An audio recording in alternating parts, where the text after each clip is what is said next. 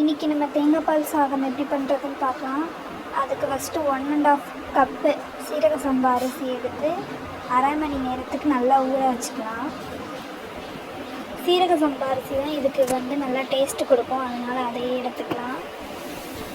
20 நிமிஷத்துலேருந்து 30 நிமிஷம் வரைக்கும் ஊற வச்சுக்கலாம். அப்புறம் ஒரு குக்கரை எடுத்து அடுப்பில் வச்சுட்டு 1 ஸ்பூன் அளவுக்கு நல்லெண்ணெய் அல்லது கடலெண்ணெய் சேர்த்துக்கலாம். அப்புறம் 1 டேபிள் ஸ்பூன் அளவுக்கு நெய் சேர்த்துக்கலாம். நெய் நல்லா உருகி வரணும். இந்த ரெசிபிக்கு பன்னீர் பட்டர் மசாலா பெட்டர் காம்பினேஷன்.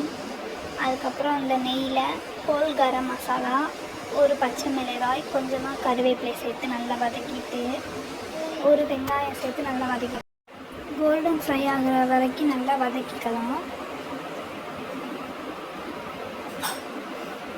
இந்த ரெசிபிக்கு பட்டர் சிக்கன், மட்டன் குழம்பு அதுவுமே நல்லா சூட் ஆகும்.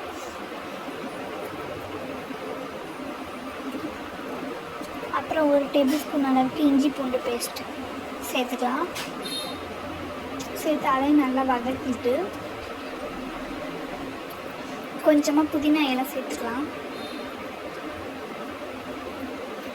நம்ம வீடியோ பார்த்துட்டு இருக்க எல்லாரும் சப்ஸ்கிரைப் பண்ணிடுங்க. அப்புறம் ஊற வச்ச சீரக சம்பா அரிசியை இது கூட சேர்த்து நல்லா கிளறி விட்டுக்கலாம். அந்த தண்ணியோட சேர்க்கணும்னு சேர்த்துக்கலாம், நான் சேர்க்கலை. அப்புறம் இதுக்கு தேவையான அளவு உப்பு சேர்த்துக்கணும். 1 டேபிள் ஸ்பூன் அளவுக்கு சேர்த்தா கரெக்டாக இருக்கும். இதை நல்லா கிளறி விட்டுட்டு அப்புறம் 1½ கப் சீரக சம்பா அரிசிக்கு 3 கப் தேங்காய் பால் சேர்த்துக்கலாம், கரெக்டாக இருக்கும்.